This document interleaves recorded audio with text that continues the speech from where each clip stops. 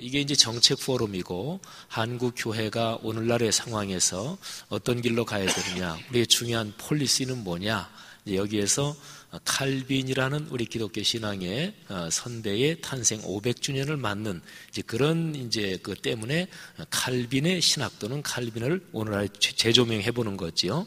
근데 오늘날 한국 교회 현안 중에서 아까 어떤 한 분이 우리 한국 기독교 역사는 일제 치하 그리고 이제 그 뒤에는 이제 분열 뭐 이렇게 말씀해 주셨는데 그런 것 때문에 한국 교회가 반일 이거는 충분히 이해가 가는 상황입니다. 반공 이것도 충분히 이해가 가는 상황입니다. 그리고 미국과의 전통적인 연대가 중요하다. 이것도 충분히 이해가 가는 상황이죠. 그러니까 한국 교회가 들어온 뒤에 일본과 그리고 공산주의는 우리가 반대하고 이겨야 될 대상이고 미국은 참으로 고마운 나라였지요. 그런데 하나 질문 던져볼 것이 이런 것이 민주주의의 가치를 계속 일궈 나가는 것보다 반공 그리고 미국과 연대를 돈독히 하는 게 민주주의의 가치보다 더 위인가 하는 질문 한번 던져볼 수 있겠고, 그리고 또 하나 더 근본적으로 질문을 던져본다면 하나님의 통치, 하나님의 나라 이것보다 반공이나 미국과의 연계가 더 중요한가, 이런 질문을 던져볼 수 있을 것 같아요. 락스버그 목사님도 그렇고 유진 피터슨 목사님도 그렇고 오늘날 서구 기독교의 중요한 지도자들은 이른바 북미 기독교의 전철을 밟으면 안 된다 이렇게 얘기를 하거든요.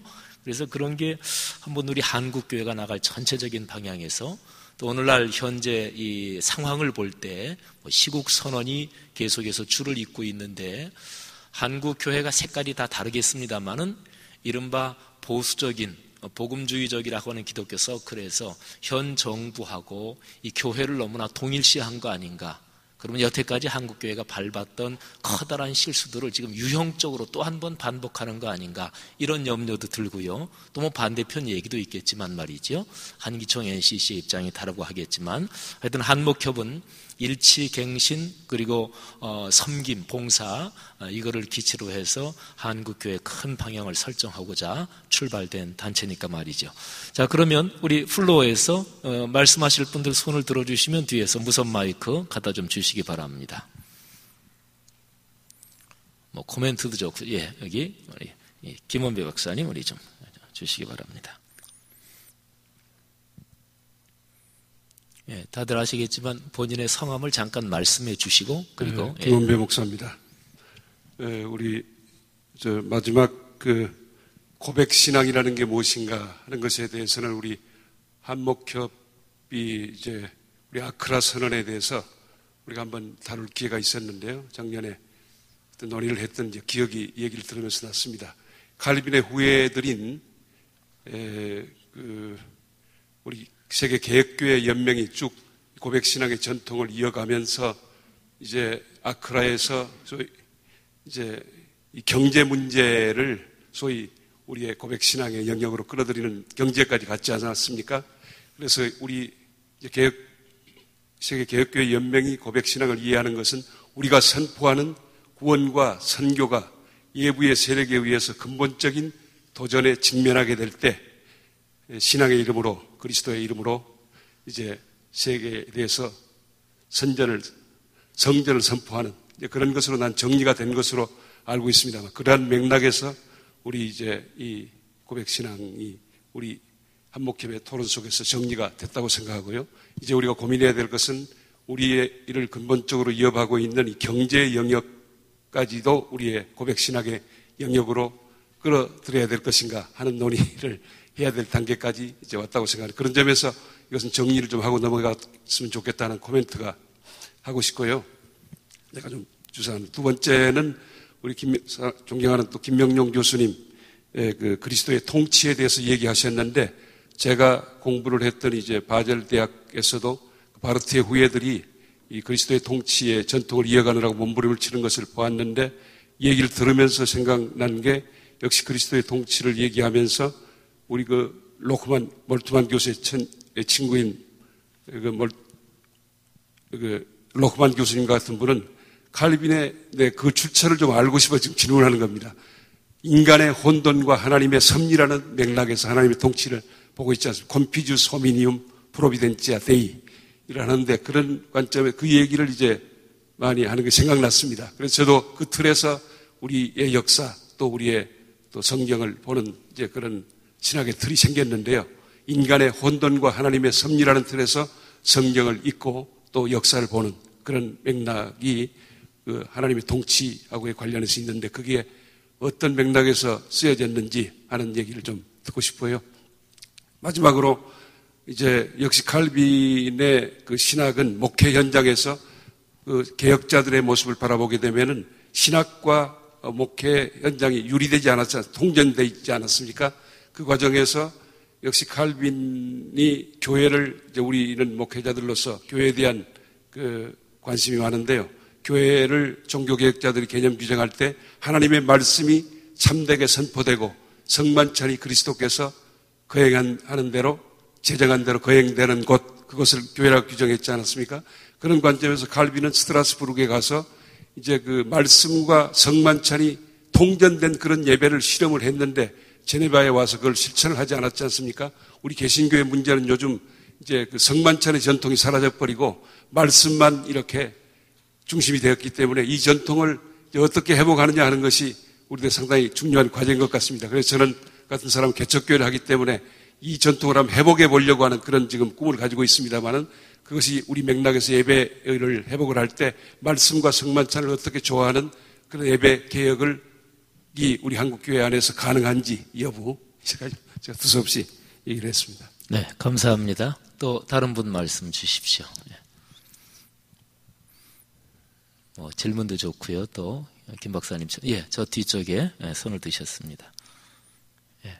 부탁드릴 것은 2분을 넘지 않게 그렇게 말씀을 주시면 좋겠습니다. 오늘 포럼의 주제가 본인 조남을 잠깐 말씀해 주시게. 저는 목포 세안교회 전임원 목사입니다. 오늘 포럼의 주제가 그 개혁신앙의 전통과 그 다음에 오늘의 신앙 고백 어떻게 할 것인가인데 개혁신앙의 전통과 신앙 고백 이것은 개혁신앙을 먼저 우리가 소중한 유산으로 인정하고 그것을 잘 이어가자는 의미에서 아마 이 주제가 주어진 줄로 압니다.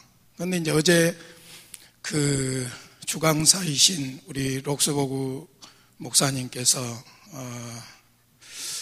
그 리미널 처치하고 그 다음에 이머전트 처치에 대해서 말씀을 하셨는데 굉장히 지금 혼란스럽거든요. 그게 뭐냐면은 전통적인 교회의 본 틀을 지키려고 하는 부분하고 그 다음에 이것을 파괴하려고 하는 부분하고의 갈등이 있지 않습니까? 그럼 우리가 아무리 변하고 또 변해서 새로운 어떤 것이 나온다고 할지라도 중요한 것은 기독교여야 되지 않겠습니까? 그렇다면 우리가 칼빈을 좋아하는 것은 칼빈이 가장 성경에 가깝게 성경을 해석했다는 것이고 또 그에 의해서 여러 고백들이 나왔다는 것 아니겠습니까? 그렇다면 오늘 제 생각은 고백적인 신앙도 좋고 또 개혁주의 전통도 좋고 이것을 이처럼 혼란스러운 이 상황에서 어떻게 지켜나가고 이어갈 것인가 이것에 대해서 네 분 교수님께서 한마디씩 해주시면 좋겠고요. 그 다음 두 번째로 아주 실질적인 걸 하나 질문하겠습니다. 요즘 한국교회가 복지 하면서 사실은 내용적으로 보면은 국가 복지 정책의 하수인 노릇을 하고 있다 그렇게 생각하거든요. 말하자면 국가의 복지 자금을 끌어다가 복지센터를 만들어서 마치 교회가 하는 일을 하는 것처럼 이렇게 이제 오해들 하고 그러는데 우리 안인섭 교수님에게 묻고 싶은 것은 칼빈이 그 제네바에서 난민들의 상황에서 복지를 시작했다고 그랬고 그 다음에 직접 칼빈이 하질 않았고 또 집사들을 통해서 했고 그 다음에 기금 독려를 했다고 그러는데 그때 당시에 칼빈이 복지를 했던 그 소위 복지 기금의 원천과 그 다음에 지금 한국교회가 정부의 복지기금 여기에 무지무지한 부정들이 있거든요. 죄송하지만은 한국교회 복지사업에 장로님들이 원장 아닌 곳이 없었고 목사님들이 원장 아닌 곳이 없었습니다. 그런데 그 비리에 대해서는 그 불신이 말로 다 할 수가 없고, 그로 인해서 로마 캐톨릭의 정직성의 개신교가 뒤진 겁니다. 그런 맥락에서 볼 때에 지금 한국교회 큰 교회들이 정부의 복지자금을 끌어다가 복지센터를 하고 있는 이 부분에 대해서 앞으로 우리 한국교회가 어떻게 대처해 나가야 될 것인가, 칼빈이 보는 관점에서 좀 답변해 주시면 고맙겠습니다. 네, 감사합니다. 또 다른 분 말씀해 주시고요. 참고로 진행 측에서 45분까지 쓸 수 있다고 시간 일정이 그렇게 좀 돼가지고요. 또 말씀 주십시오. 없으시면 우리 앞에 있는 분들한테 얘기를 넘길까요? 네, 한 분만 더 누구 질문도 좋고요, 또 코멘트도 좋습니다. 네, 없으시면 그러면 네 분이 말씀을 하시는데, 아까 우리 두 번째로 그 전임원 목사님께서 거기에 대해서 네 분이 한 번씩 대답을 해 주십사 그렇게 질문하셨는데, 그렇게 할 시간은 없고요. 네, 지금 남은 시간이 15분, 한 13분 정도 되는데, 네 분이 어쨌든 두 분 지금 질문을 해 주셨는데, 거기에 대해서 본인의 생각도 좋고 또 구체적으로 사회복지에 대한 질문도 왔는데 거기에 대해서 답변도 주시고 순서 상관없습니다. 우리 안인석 교수님 먼저 한번 말씀을 주실까요? 아까 저 사회복지에 대해서 아주 직접적으로 질문이 들어왔으니까. 그리고 다른 분들 대략 한 2, 3분 정도 말씀을 하셔야 제 시간 안에 끝날 수 있을 것 같습니다. 네.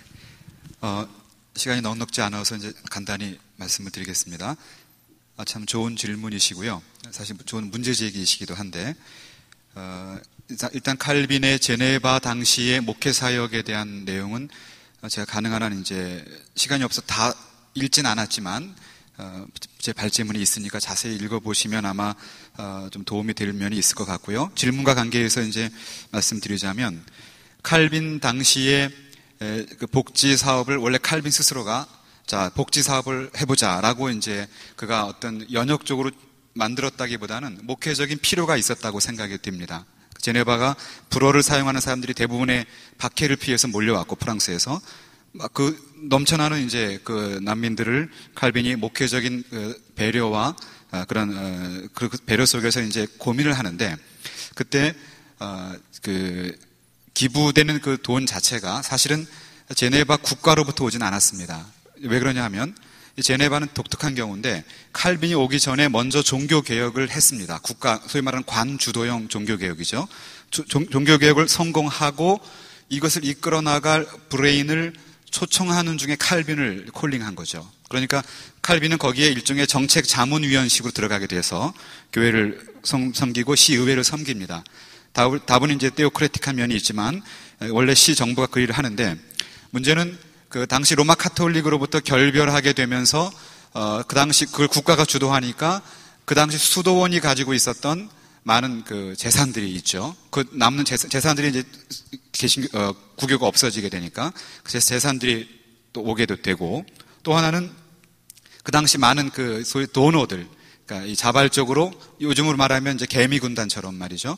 이 액수가 다양하게 큰 돈, 작은 돈 할 것 없이 아주 많은 사람들이 그 부르주아 프랑스에 기부를 합니다. 그리고 그 목록이 지금 그 미국의 예니 올슨이라고 하는 교수님이 거기에 대해서 칼빈 앤 소셜 웰페어라고 하는 책을 쓰셨는데, 아주 중요한 책인데요. 그 책에 보면 자세한 목록들이 나와 있고요. 그 구성원들이 나와 있는데, 국가로부터 직접 온 것은 아니고 자발적인 헌금자입니다. 기부자들. 그리고 그것이 많은 사람들이 다양한 액수로 왔다. 이제 그 점이 구별되어서 어떻게 보면 오늘 우리처럼 국가로부터 돈을 받아서 운영하는, 국가의 월급을 받는 것은 다분히 국가교회적인 그런 측면인데, 칼빈의 제네바는 그렇지 않았다. 그 제네바의 컨텍스트가 이제 그랬다는 말씀을 드릴 수 있겠고요. 그래서 그러면 칼빈이 그걸 어떻게 운영했느냐? 그러니까 칼빈이 이제 모금을 한 거죠. 국가로부터 오는 것이 아니기 때문에 다니면서 불어권을 다 다니면서 모금을 했고, 그리고 그를 통해서 자금 확보된 거를 직접 썼는데, 또 하나 재밌는 것은 칼빈이 나중에는 그의 설교가 유실되기 시작했는데 하고 없어진 거죠. 지금처럼 동영상이 없으니까. 어떤 사람을 통해서 이제 받아쓰게 합니다. 필사자를 통해서 받아쓰게 하고 그걸 소위 속기인데 속기한 것을 다시 풀어쓰고 이것을 각각 불어 그리고 영어, 화란어 번역을 해서 다 도고 번역해서 팔고 그 수익의 설교를 판 수익금을 다시 디아코니아 돈으로 다시 돌립니다. 그러니까 칼빈은 철저히 그의 설교조차도 디아코니아로 돌리고 있었고 국가로부터 가져오는 것은 아니었다. 오늘 한국교회가 복지사역이 중요하다라고 할 때에 그래서 그 정신을 다시 한번 되짚을 필요가 있지 않겠느냐. 저도 그런 문제제기에 동의를 합니다. 네. 예, 고맙습니다. 또 다른 세 분 편하게 한 말씀씩 주시면 고맙겠습니다. 김원배 목사님께서 말씀하신 것 가운데 인간의 혼돈과 하나님의 섭리, 칼바르트 교수가 1948년 암스테르담 세계교회협의회에서 주제 강연을 한 강연 제목이지요. 어떻게 보면 칼빈의 정신을 이어받아서 이 혼돈스러운 역사 속에서 하나님의 통치가 어떻게 구현되어야 될 것인가를 강연한 아주 중요한 강연입니다. 사람들이 자꾸 그 혼돈을 만들잖아요.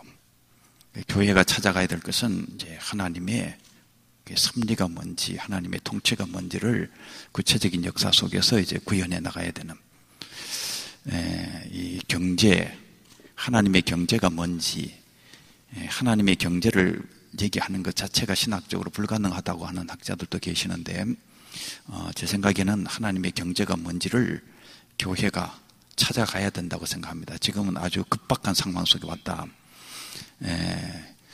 1989년 베를린 장벽이 무너지고 동서냉전이 끝나면서 사회주의가 몰락했다. 그래서 자본주의를 찬양했잖아요. 20년 동안.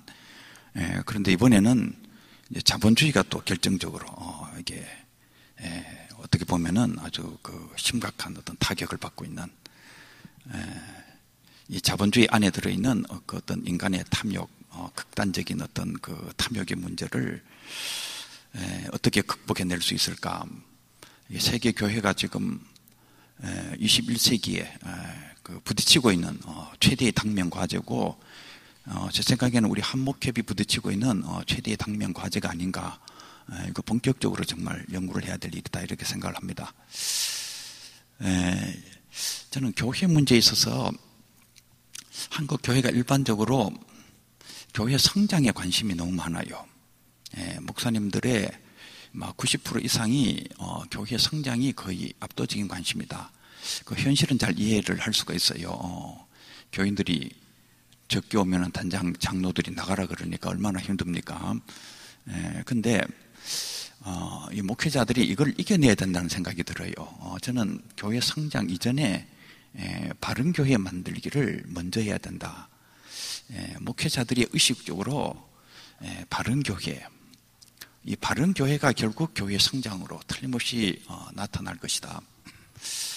이번 주간에 제가 그 신문을 보다가 가톨릭 교회가 공식적으로 작년 통계에 500만 명이 넘었다.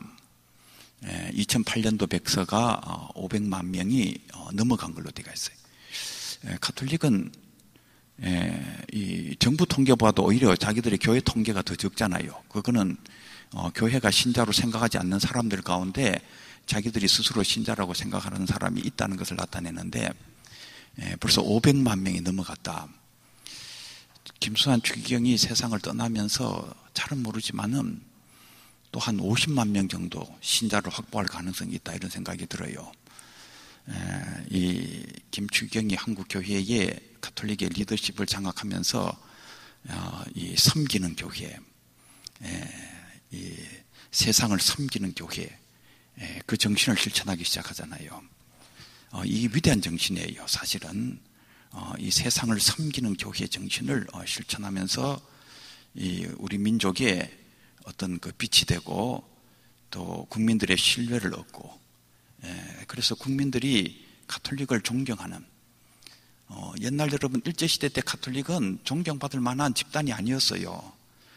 상당히 우리 민족의 시각에서 보면은 고약한 가톨릭이었거든요. 그런데 이게 가톨릭이 그 정신이 바뀌면서 이게 사실 그 민족을 섬기고 사회를 섬기고 이웃을 섬기는 것은 이게 바른교회 정신이거든요. 그 바른교회 정신을 긴 세월 동안 실천하면서 엄청난 가톨릭의 성장으로 나타나는, 그래서 저는 이 목회자들이 근본적으로 생각을 내가 바른교회 만들겠다, 대형교회 꿈꾸는 거는 저는 마귀라고 생각을 해요. 조금 짧게 마무리해 주셔야 다른 두 분이 얘기할 시간이 있겠습니다. 예. 그러면 여기까지만 하고 다른 분들이 예, 죄송합니다. 예, 우리가 45분까지 마쳐야 되기 때문에 나머지 두 분 또 한 2, 3분 정도씩 코멘트를 해주십시오. 예.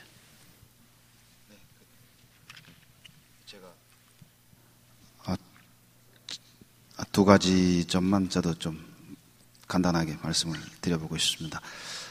그래서 복지 문제가 거론이 됐는데요. 요거 뭐 칼빈에게 갈 내용은 저는 아니고요.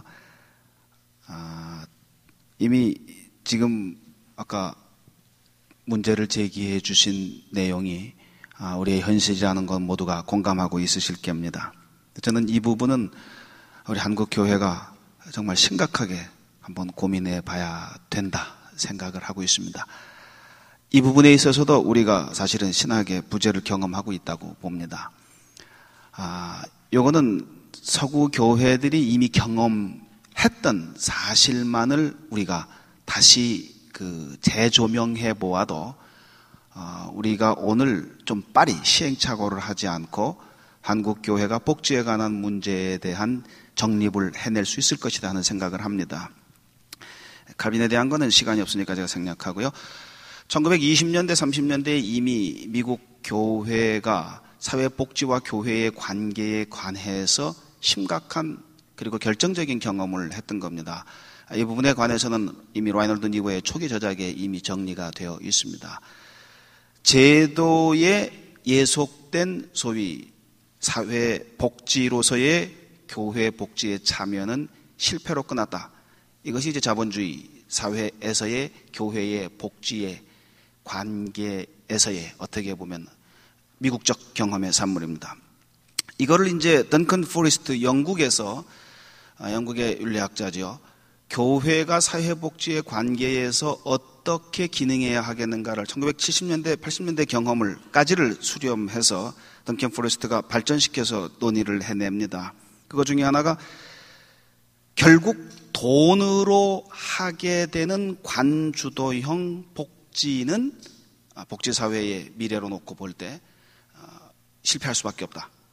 이건 이미 우리 서구 사회들이 경험하고 있는 것이고요. 근데 그것은 왜 그러냐 하면 복지라고 하는 것 자체가 가지고 있는 이율배반적인 모순이 있다는 거죠. 돈으로 한다고 하지만 복지는 기본이 정신이어야 되는데 돈은 지출되지만 지출되는 그것만큼의 결국은 효과가 날 수 없는 것. 이게 관주도형 복지의 필연적 결론이다. 이건 우리의 경험이 아니고요. 부크라파와 그리고 영국의 경험에 대한 수렴입니다. 그렇기 때문에 복지에 관해서는 교회는 아무리 소위 그 교회의 힘이 있건 간에 교회가 해야 될 복지의 본령은 여전히 남는다. 이게 그 포레스트의 결론입니다. 그것은 교회가 돈으로 하는 복지에 참여함보다는 복지의 본래성, 정신을 온전히 함으로써 교회는 자기가 기여해야 될 복지의 본령을 갖고 있느냐 없느냐 여기에서 결판 날 거다. 이 얘기가 제가 현재 정리하고 있는 내용인데요. 사실 이 부분은 저는 칼빈에게서도 우리가 유추해낼 수 있다고 생각합니다. 당시 제네바 교회, 제네바라고 하는 곳이 뭐 인구 많아야 10,000명 정도 아니었습니까? 혹시 그러죠? 예. 근데 교회가 로만 캐톨릭 구교회가 타락했기 때문에 그 로만 캐톨릭 교회의 소유를 1936년도에 결국은 아까 말씀하신 것처럼 제네바가 먼저 베른의 영향을 받고 종교개혁 반열에 들어서고요. 그 다음에 칼빈을 갖다 놓습니다만 칼빈이 타락한 교회가 가지고 있었던 재산을 다시 교회로 귀속시켜서 그것을 분배하기보다는 요즘 말로 하면 국가에 귀속시켜서 국가로 분배하게 하는 것이 더 투명성을 보장할 수 있겠다. 요즘으로 하면 그렇게 판단했던 거 아닙니까? 그래서 그쪽에다가 돌려놓게 되었는데, 그러나 그 국가라고 하는 것은 오늘 우리가 생각하고 있는 소위 국가로서의 국가는 아니었던 것은 전제를 해야 될 거고요. 예, 칼빈이 교회의 질서를 세우는 것 자체가 곧 당대의 사회의 질서를 세우는 것하고 결코 분리될 수 없는 관계에서 사실 칼빈은 교회를 세움으로 나중을 세워가는 것에 기여한 방향을 가지고 있었던 것이고, 물론 제네바 교회에 참여했던 다른 이들은 칼빈과 반대 방향에서 같은 목표를 향해 나아갈 수 있었겠다 저는 생각을 합니다. 그러면서 칼빈이 보았던 관점에서 사실 보면 교회가 국가와의 관계에서 복지를 어떻게 어프로치할 수 있겠나, 저는 우리에게 분명히 명확하게 시사해 주는 바는 앞서 제가 말씀드린 결론들하고 일치한다고 생각을 합니다. 그리고 김원배 목사님 아까 아크라 선언에 관한 말씀을 해 주셨는데요. 저는 아크라 선언은 분명히 우리 글로벌라이제이션 프로세스와의 지구화 과정과 밀접한 연관을 가지고 있는 그런 어떻게 보면 상당히 기념비적인 선언이라고 생각을 하고 있는데, 이 부분은 우리가 지구화 현상으로서의 소위 경제 지구화 이 부분에 관한 것하고 생태 문제를 거론하고 있습니다. 이 부분에서는 지구적 지평에서 우리가 함께 논의할 수 있겠지만, 그러나 한국적 상황에서 여기에 더 신앙 고백의 한 가지를 더 보탠다고 한다면 우리 안 교수님 얘기해 주셨던 내용의 우리 통일 문제는 거론이 돼야 되겠고요. 그러나 그 이 세 가지 문제에 덧붙여져서 오늘 우리 지금 논의하는 이 자리에 어떻게 보면 정신을 담아서 꼭 한 가지를 좀 우리가 확인하자 하는 게 있다면 저는 교회의 공동체성의 회복이라고 말하고 싶습니다. 목사님 죄송하지만 그렇게 질문만 던져주시고 아크라 선언하고 또 우리 칼빈 신앙의 유산 해석을 찾을 수 있다. 또 교회 공동체성, 아까 민주화 문제도 나왔는데 우리 마지막으로 우리 장동민 교수님께서 말씀 주시고 우리 정책 포럼 마쳐야 되겠습니다. 45분이 돼가지고 하여튼 1분 안에 말씀드리겠습니다. 그 전 목사님 질문에 우리의 신앙적 전통이 중요하다고 하면 어떻게 이것을 지켜나갈 수 있겠는가?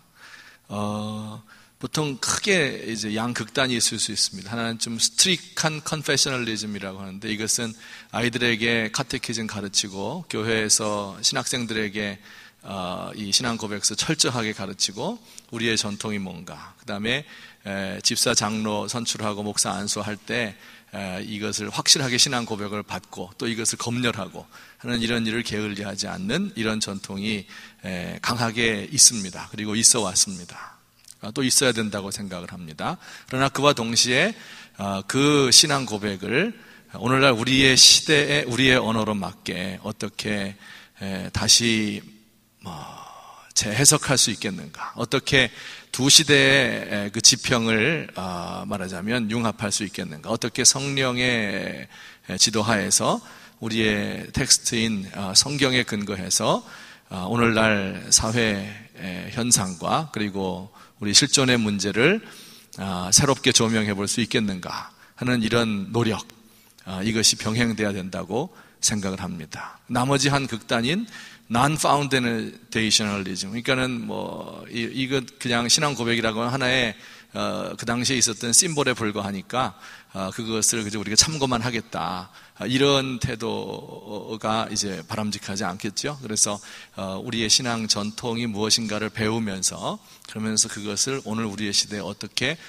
구현하고 우리의 언어로 표현할 수 있을 것인가, 이렇게 될 때 진정한 우리의 신앙 전통이 계승될 수 있으리라고 생각을 합니다. 네, 감사합니다.